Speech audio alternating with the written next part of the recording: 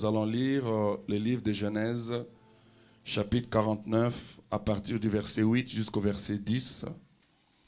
Et ensuite, nous irons dans 2 Rois. Aujourd'hui, nous allons détrôner l'esprit d'Athalie. Amen. Nous allons détrôner quelqu'un qui règne à ta place. Nous allons détrôner un esprit qui règne à ta place. Alléluia. Vous y êtes? Nous sommes dans Genèse chapitre 49, de verset 8 à 10. Les bonnes habitudes, s'il vous plaît. Nous allons lire la parole de Dieu. Alléluia. Gloire à Dieu. Lisons la parole du Seigneur. Nous sommes dans Genèse chapitre 8, chapitre 49. Je vais lire à partir du verset 8. Alléluia. Judas, tu recevras les hommages de tes frères. Ta main sera sur la nuque de tes ennemis. Les fils de ton père se prosterneront devant toi. Judas est un jeune lion. Tu reviens du carnage, mon fils. Il ploie les genoux, il se couche comme un lion, comme une lionne qui les fera lever. Le sceptre ne s'éloignera point de Judas, ni les bâtons souverains d'entre ses pieds, jusqu'à ce que vienne le Shiloh et que le peuple lui obéisse. Amen. Nous allons dans 2 Rois chapitre 11, deuxième livre de Rois chapitre 11. Je vais lire à partir du verset 1 jusqu'au verset 5. Athalie, mère d'Akazia, voyant que son fils était mort, s'éleva et fit périr toute la race royale. Mais Josheba, fille du roi Yoram, sœur d'Akazia, prit Joas, fils d'Akazia, et l'enleva du milieu des fils du roi, quand on les fit mourir. Elle les mit avec sa nourrice dans la chambre des lits. Il fut ainsi dérobé au regard d'Athalie et ne fut point mis à mort. Il resta 6 ans caché avec Josheba dans la maison de l'Éternel, et c'était Athalie qui régnait dans les pays. Le 7e année, Jéhojada envoya chercher les chefs des centaines, des Kérétiens et des coureurs. Et il les fit venir auprès de lui dans la maison de l'Éternel. Il traita alliance avec eux et les fit jurer dans la maison de l'Éternel, et il leur montra les fils du roi. Puis il leur donna ses ordres en disant: voici ce que vous ferez parmi ceux de vous qui entrent au service les jours du sabbat. Un tiers doit monter la garde à la maison du roi. Amen. Je vais lire le verset 10. Les sacrificateurs émis au chef des centaines des lances et des boucliers qui provenaient du roi David et qui se trouvaient dans la maison de l'Éternel. Les coureurs, chacun des armes à la main, entourèrent le roi en se plaçant depuis le côté droit jusqu'au côté gauche de la maison, près de l'autel et près de la maison. Les sacrificateurs firent avancer les fils du roi, et il mit sur lui les diadèmes et le témoignage.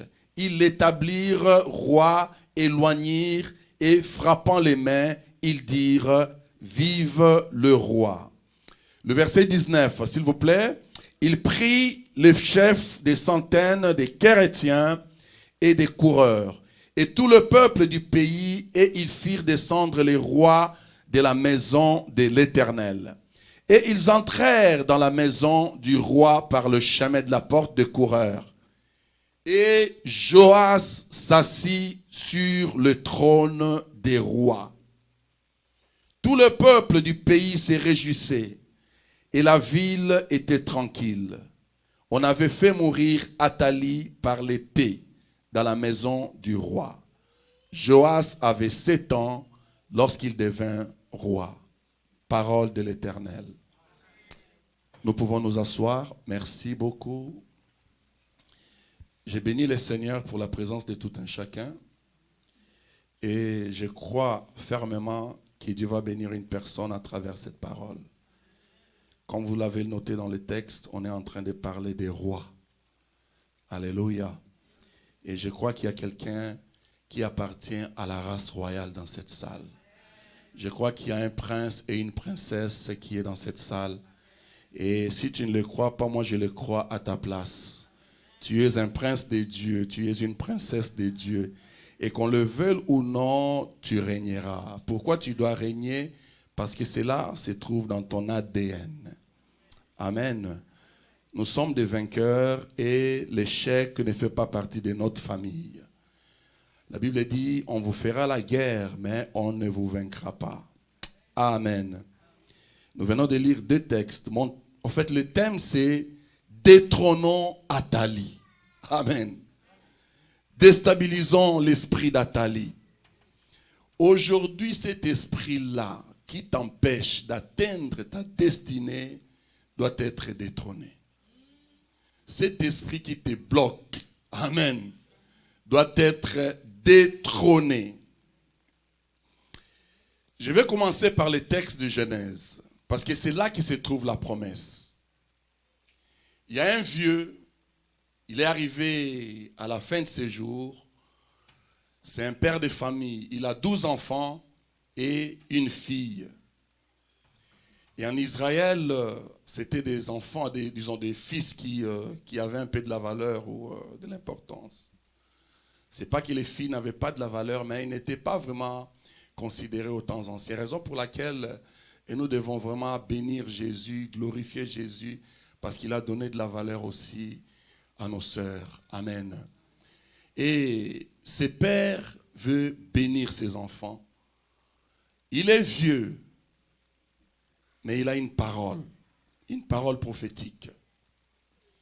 Il appelle le premier qui s'appelait Ruben, et il ne parle pas en bien, parce que Ruben avait essuyé les lits de son père. Il appelle le deuxième et le troisième, ils les mettent ensemble. Il s'agit de Siméon et Lévi. À cause de leur colère, les pères ne parlent pas en bien. Et maintenant, c'est le tour du quatrième.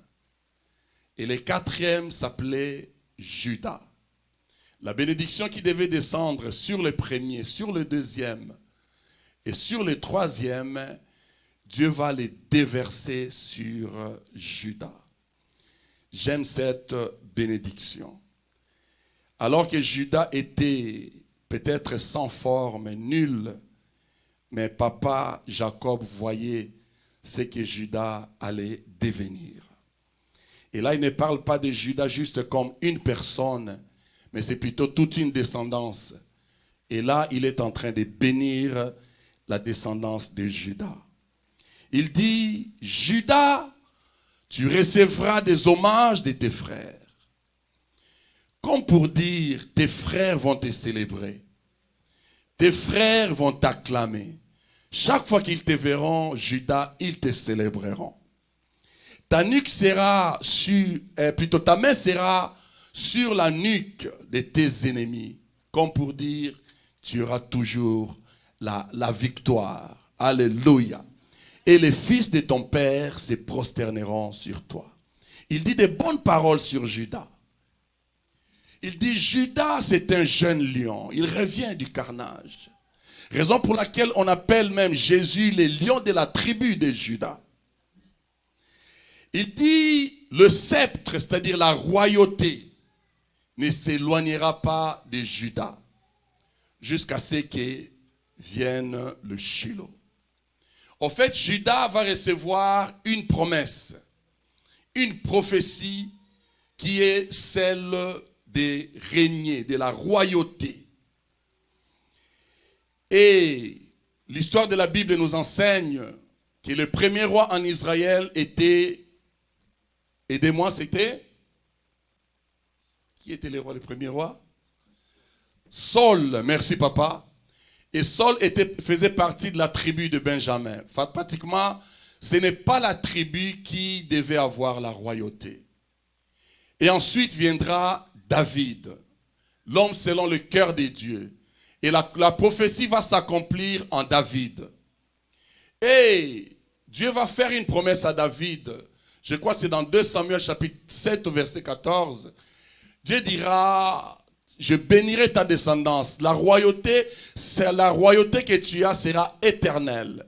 Donc tes enfants régneront après toi. En fait, c'était une prophétie messianique sur le Christ qui est appelé aussi les fils de David, le Messie, le Shiloh qui devait venir. En fait, il y avait cette lignée de David que Dieu avait choisie pour qu'il règne. Après David, son fils Salomon va prendre la relève. Mais Salomon se comportera mal. Et Dieu dit ceci à Salomon. Il dit, je vais diviser la royauté. Mais à cause de ton père, à cause de David, je te laisserai la tribu de Juda. Et le royaume d'Israël était scindé en deux. Au nord, il y avait le royaume d'Israël, plutôt le royaume du nord ou d'Israël, qui avait la capitale, comme capitale Samarie, et qui était constitué de 10 tribus. Au sud, il y avait le royaume de Juda, qui avait juste 2 tribus, la tribu de Juda et la tribu de Benjamin. Plusieurs rois passaient. Et parmi les rois de Juda, il y a eu un roi, là je cherche de vous mettre dans le contexte de cette histoire, un roi qui s'appelait Josaphat. Et Josaphat va faire alliance avec le roi Akab. Ceux qui ne connaissent pas le roi Akab, c'est le mari de Jézabel.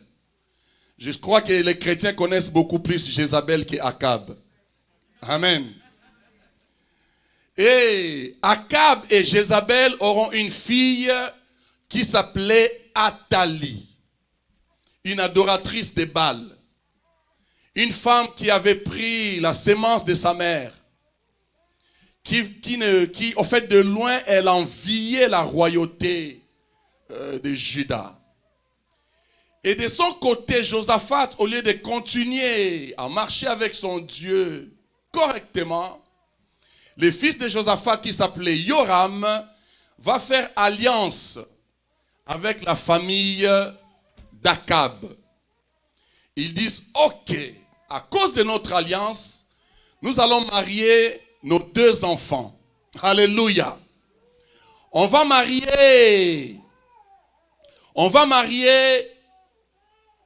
Athalie à Akazia, qui était fils de Josaphat.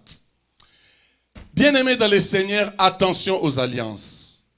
Il y a certaines alliances qui sont dénaturées d'avance. On ne se lie pas avec n'importe qui. Il y a des personnes qui, dès qu'ils entrent dans ta vie, c'est la destruction qui commence. Ils commencent à sucer tout ce que Dieu t'a donné. Ils détruisent même la grâce de Dieu dans ta vie. Toi, tu les vois, tu les acceptes comme des frères. Mais tout ce qu'ils voient en toi, l'envie, ils ont envie de détruire ce que Dieu a déposé en toi.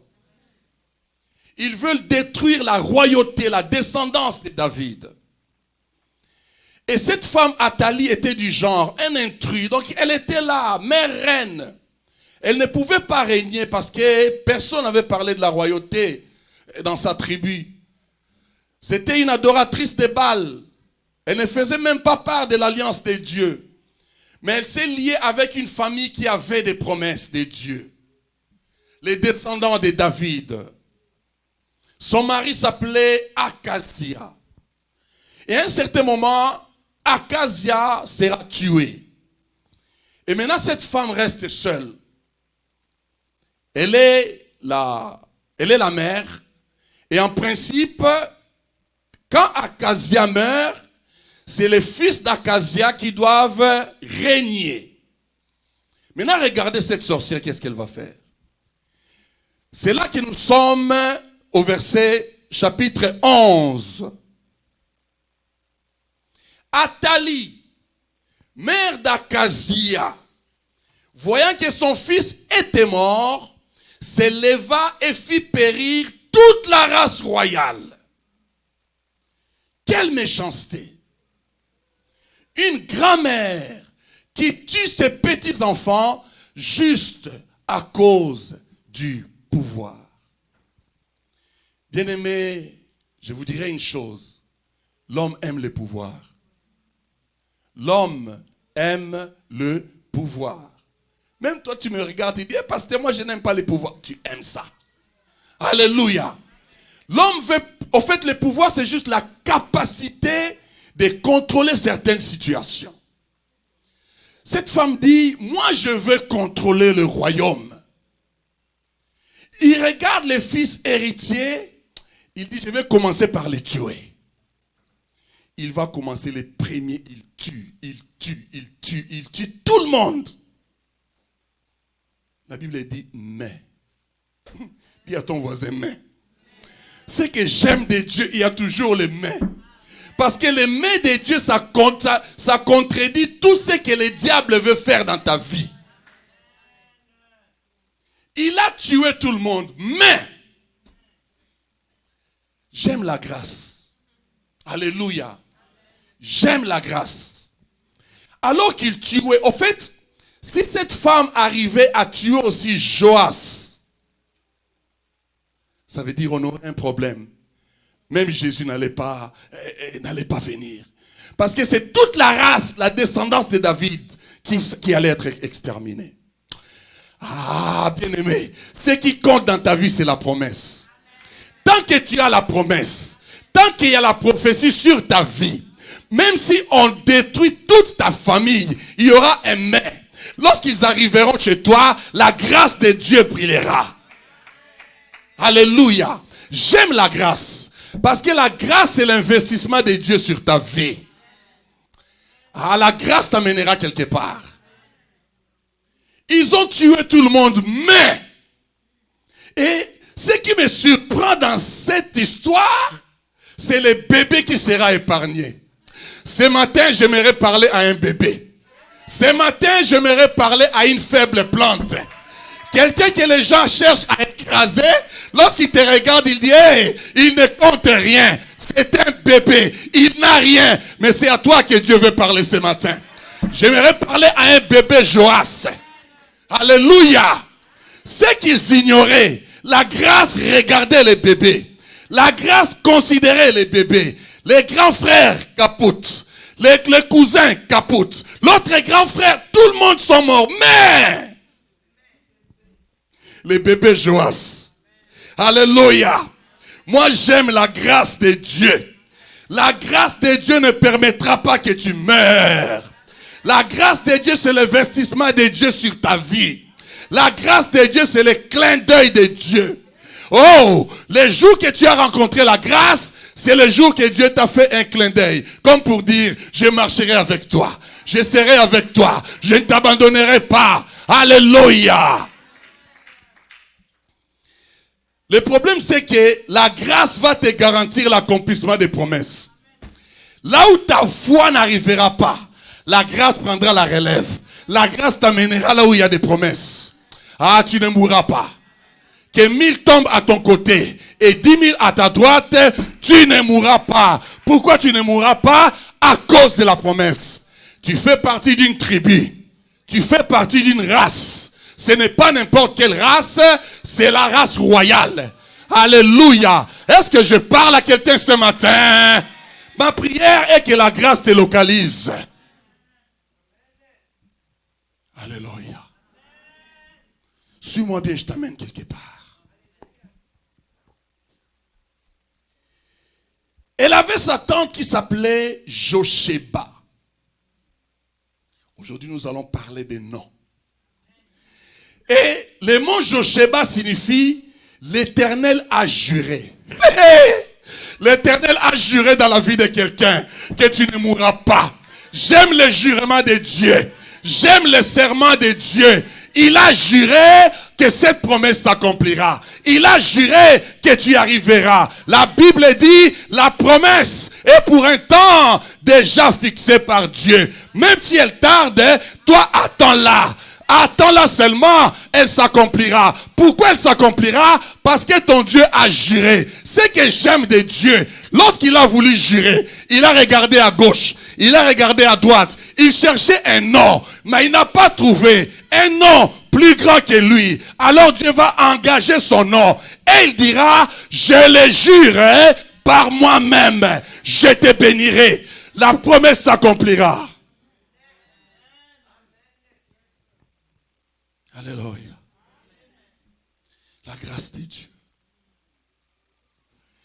La tante Josheba, la Bible dit, il va soustraire l'enfant au milieu de ces carnages. La tante a dit, si on extermine toute la race, il n'y aura pas de descendants sur le trône de David. Et il va choisir les bébés. J'aimerais parler à quelqu'un qui se considère faible. Si jusqu'aujourd'hui tu es vivant, parce que Dieu t'a soustrait des sorciers de ta famille. Ah, est-ce que je peux parler à quelqu'un? Non, peut-être que tu ne me comprends pas. J'ai dit que Dieu t'a soustrait des accidents. Dieu t'a soustrait de certains sorciers de ta famille.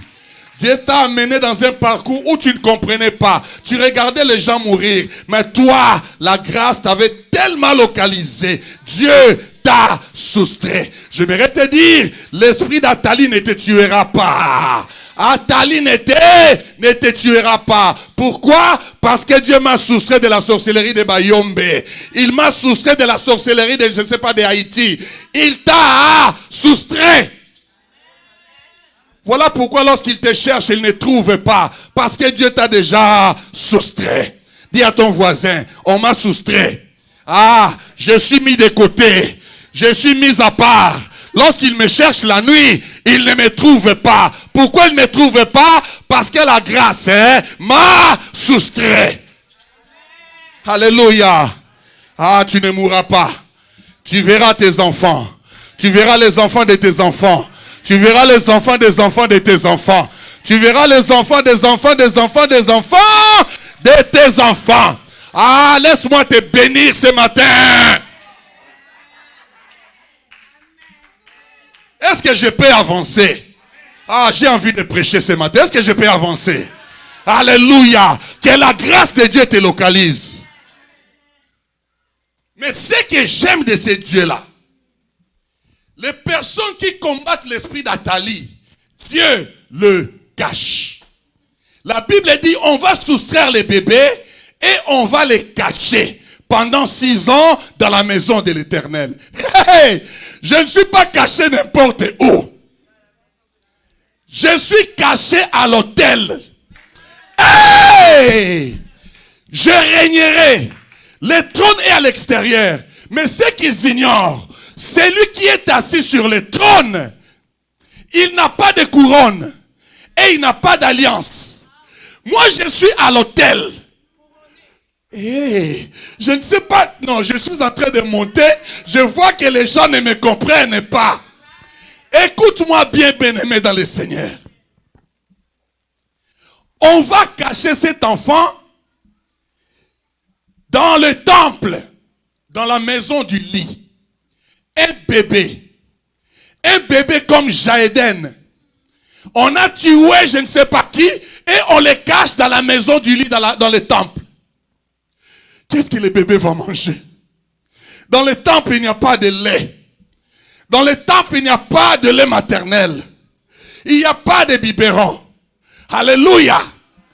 Mais avec Dieu, même s'il n'y a rien pour toi, Dieu va préparer un régime adapté à ton système.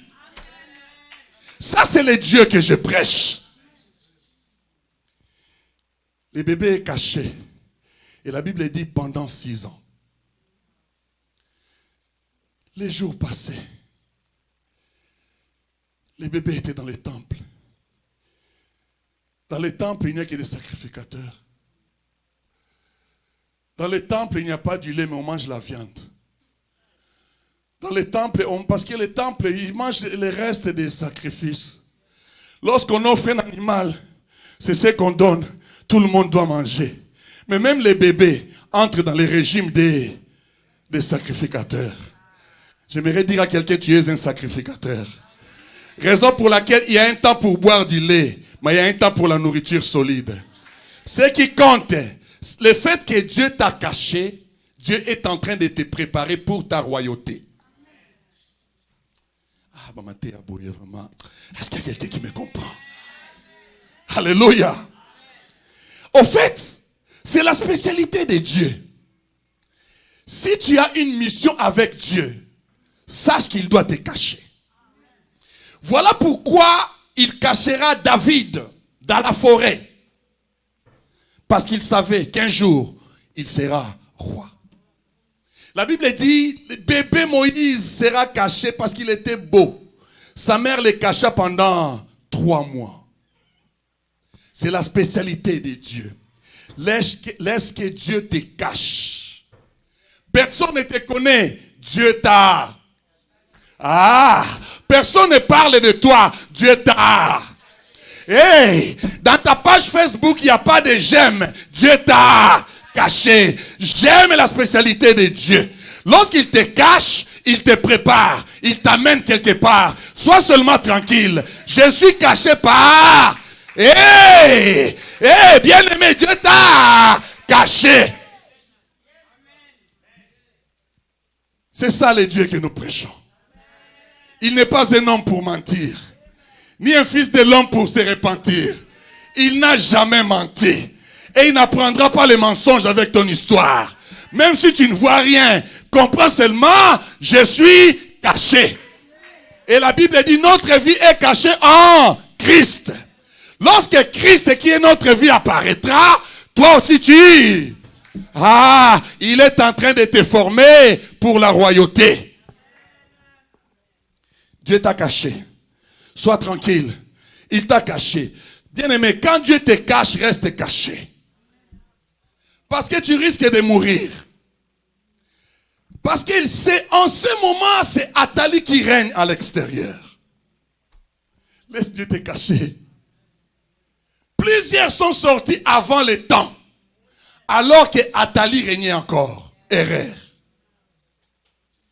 Tant que Athalie règne, laisse Dieu te... Bumbanana Yesu.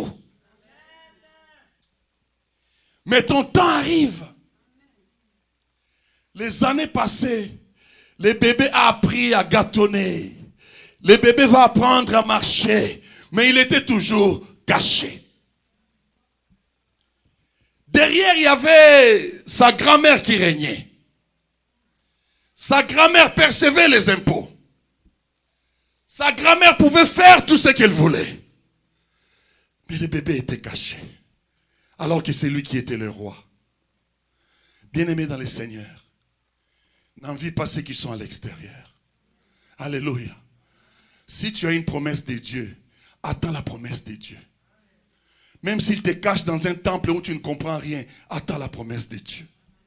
Au temps marqué par Dieu, cette promesse va s'accomplir. Au temps marqué par Dieu. Le temps de Dieu, ce n'est pas le temps des hommes. Les hommes peuvent se précipiter. Mais Job a dit, mon rédempteur s'élèvera, il s'élèvera les derniers. Je sais que mon rédempteur s'élèvera. Mais le rédempteur ne s'élève pas les premiers. Le rédempteur ne s'élève pas le deuxième, mais il s'élève les derniers. Laisse les autres parler. Que les hommes parlent de ta vie. Que les hommes te critiquent. Que les hommes disent ce qu'ils veulent. Même les sorciers peuvent parler. Mais le problème, la personne qui a les derniers mots s'appelle Jésus.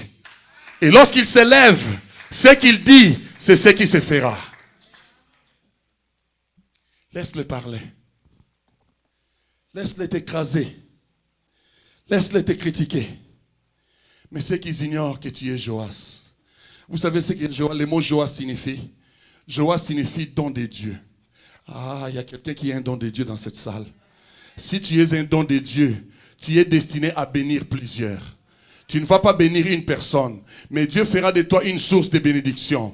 Parce que tu es un don de Dieu. Un don de Dieu pour l'église. Un don de Dieu pour ta famille. Un don de Dieu pour tes amis. Un don de Dieu pour ton environnement. Tu es un don de... Et la Bible dit, vous savez même la cachette, à un certain moment la cachette deviendra petite parce que tu grandis. Tu grossis. Écoutez, la cachette là, c'est là où tu apprends les choses de Dieu. C'est dans cette cachette, en fait, lorsque les sacrificateurs entraient dans le temple, ils voyaient bébé Joas jouer. Et les sacrificateurs l'appelaient.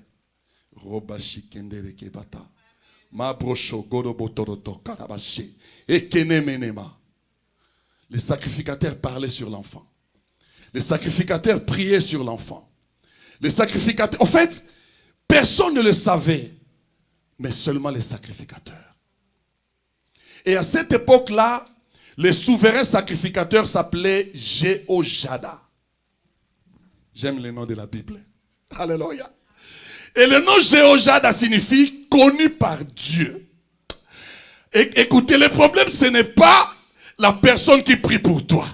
Le problème, c'est que la personne qui déclare des choses sur ta vie, est-il connu par Dieu? Est-il un Jéhojada? Tout le monde peut prier pour toi. Mais Jéhojada, il y a toujours un Jéhojada. Connaître Dieu, ce n'est pas le fait de lire la Bible. Connaître Dieu, ce n'est pas le fait de venir à l'église.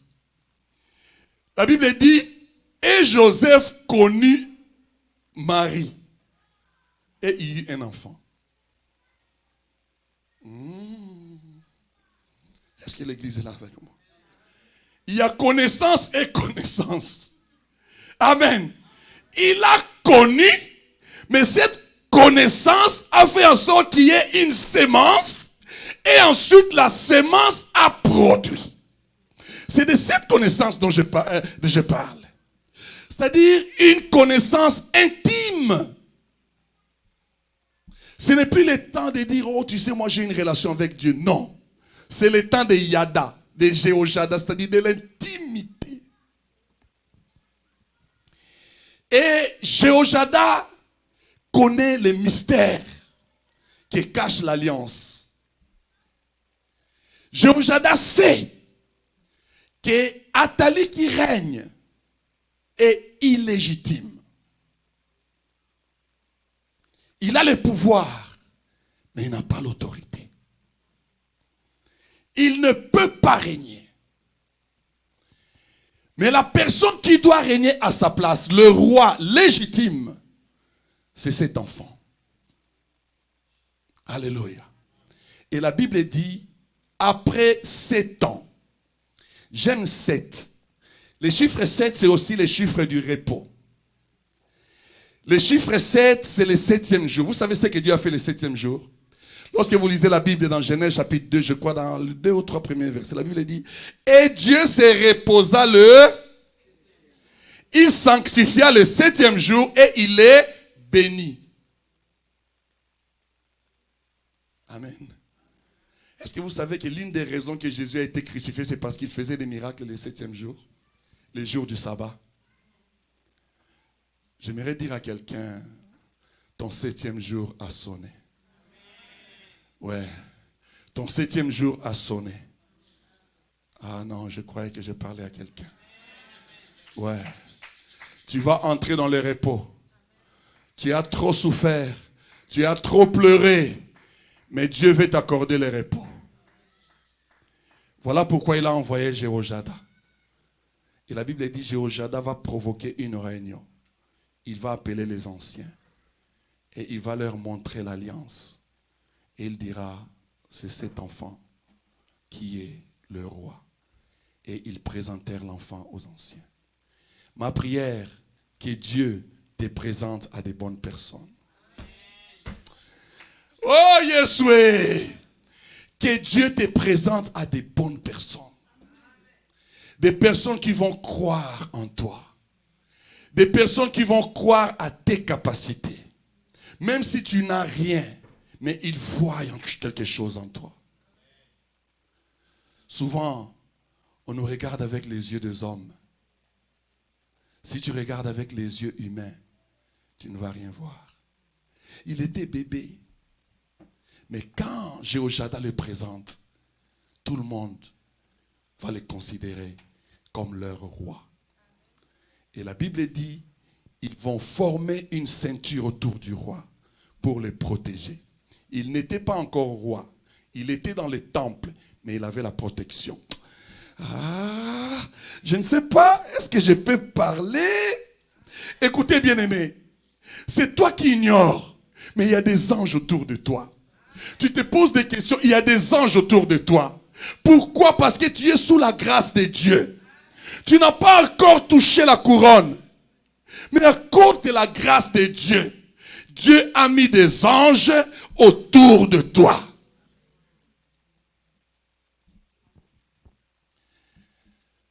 Ce n'est pas le trône qui garantit la royauté, mais c'est l'autel qui garantit la royauté. Athalie était assis sur le trône, mais le roi était dans le temple. Tu n'as rien, mais tu es roi. Tu n'as rien, mais tu as tout. Tu n'as rien, mais Dieu voit ce qu'il a déposé en toi. Ce qui compte dans ta vie, bien-aimée, c'est la promesse. La promesse ne périt jamais. La promesse n'a pas une date d'expiration. La promesse s'accomplira toujours. Toujours. Toujours. Et on va prendre le roi. Les petits bébés, les bébés de 7 ans, on va les faire asseoir sur le trône. Ou dans les temples. On va les couronner roi. C'est les sacrificateurs qui couronnent. Comme pour dire, c'est ton sacrifice qui te donnera la couronne. C'est ton autel qui te donnera la couronne. Tu n'as pas d'autel, pas de couronne. Quel est ton autel? Il était dans le temple, il était déjà couronné roi. Et la Bible dit, tous les pays étaient dans la joie. Tous les pays étaient dans la joie. Tout le monde acclamait. Vive le roi, vive le roi, vive le roi. Ce n'est pas l'âge, ce n'est pas la race, ce n'est pas le sexe. Ce qui compte, c'est la promesse. Si Dieu t'a fait une promesse, reste tranquille. Et dans l'entretemps, Athalie, qui était roi, qui régnait, qui était assis sur le trône, à l'extérieur ou en dehors du temple, commençait à pleurer. Conspiration, complot. Ce n'est pas un complot. Le problème, c'est que tu régnais sans alliance. Avec Dieu, écoute bien ce que je vais te dire. La relation la plus forte avec Dieu, c'est la relation d'alliance. Est-ce qu'il y a quelqu'un qui me comprend? C'est l'alliance. Lorsqu'il y a une alliance, l'alliance ne se brise pas. Et on ne trahit pas l'alliance. On ne trahit pas l'alliance. Quand tu es en alliance avec Dieu, Dieu interviendra toujours. Dieu interviendra. Et Jésus a dit, il a versé son sang pour signer l'alliance qu'il a avec toi. Pour signer l'alliance qu'il a avec toi. Raison pour laquelle, même si le diable devient diable 80 000 fois, 1 million de fois, je ne sais comment, à cause de l'alliance, tu vas retrouver le trône. Que Dieu bénisse sa parole. Tu retrouveras ton trône à cause de l'alliance. À cause de l'alliance. L'alliance ne périt jamais. Et j'aimerais que maintenant tu te lèves et que tu commences à prier. Qui a occupé ton trône? Qui a occupé le trône de ta vie? Là où tu devais régner. Qui a occupé ces trônes? Tu fais des efforts, mais les choses ne marchent toujours pas. Parce que Atali a vendeli makambunayo. Atali est assis sur ses trônes. Tu travailles, mais tu n'arrives pas à rejoindre l'autre bout du mois. Pourquoi? Atali est là. Le Seigneur m'a dit ce matin qu'il va délivrer certaines personnes qui vont retrouver leur trône. Le diable a semé la confusion dans ton esprit et tu te poses des questions. Mais j'aimerais te dire, Dieu ne t'a pas abandonné. Aujourd'hui lui-même, il te prend par les mains et il t'amène sur ton trône. Atali doit détrôner, doit être détrôné. Commence à prier, sois sérieux dans ta prière, sois sérieux. Sois sérieux. Prie, prie, prie, prie. Atali doit être détrôné. Atali ne régnera pas toujours. Atali ne régnera pas toujours. Tu fais partie de la race royale. Le sceptre ne s'éloignera pas de toi. Il ne régnera pas toujours. Erebe sakamanake. Mabro shokondoro santa. Alléluia, alléluia, alléluia. Oh Jésus. Oh Jésus. Seigneur, tu es Dieu. Seigneur, nous te disons, Jésus-Christ de Nazareth. Seigneur, sois détrôné par le. Il y a des choses, bien-aimés, que Dieu veut faire. Atali s'est assis dans ta maison. Atali contrôle tes enfants. Atali contrôle tes finances. Non, je croyais qu'il y avait une maman qui m'entend. Je croyais qu'il y avait un papa qui m'attendait. Avec Atali.